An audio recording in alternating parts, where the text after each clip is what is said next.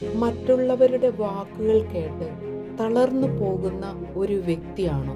എന്നാൽ ഇനിയും തളരരുത്. സങ്കീർത്തനം 139, 15, 16 തിരുവചനങ്ങൾ ഇപ്രകാരം പറയുന്നു: ഞാൻ നിഗൂഢതയിൽ ഉരുവാക്കപ്പെടുകയും ഭൂമിയുടെ അധോഭാഗത്ത് വെച്ച് സൂക്ഷ്മതയോടെ സൃഷ്ടിക്കപ്പെടുകയും ചെയ്തപ്പോൾ എൻ്റെ രൂപം അങ്ങയ്ക്ക് അജ്ഞാതമായിരുന്നില്ല.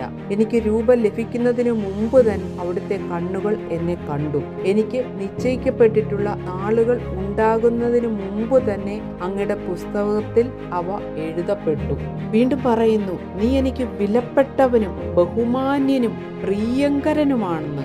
കർത്താവ് എന്നെ ഒരു വിലപ്പെട്ടവനാക്കി കർത്താവ് കരുതുമ്പോൾ നമ്മളെ മറ്റുള്ളവർ പറയുന്ന കേട്ട് തളർന്നു പോകാതെ ദൈവം നമ്മളെക്കുറിച്ച് കരുതിയത് എന്താണെന്ന് കരുതി സന്തോഷത്തോടെ ജീവിക്കുക. God bless you.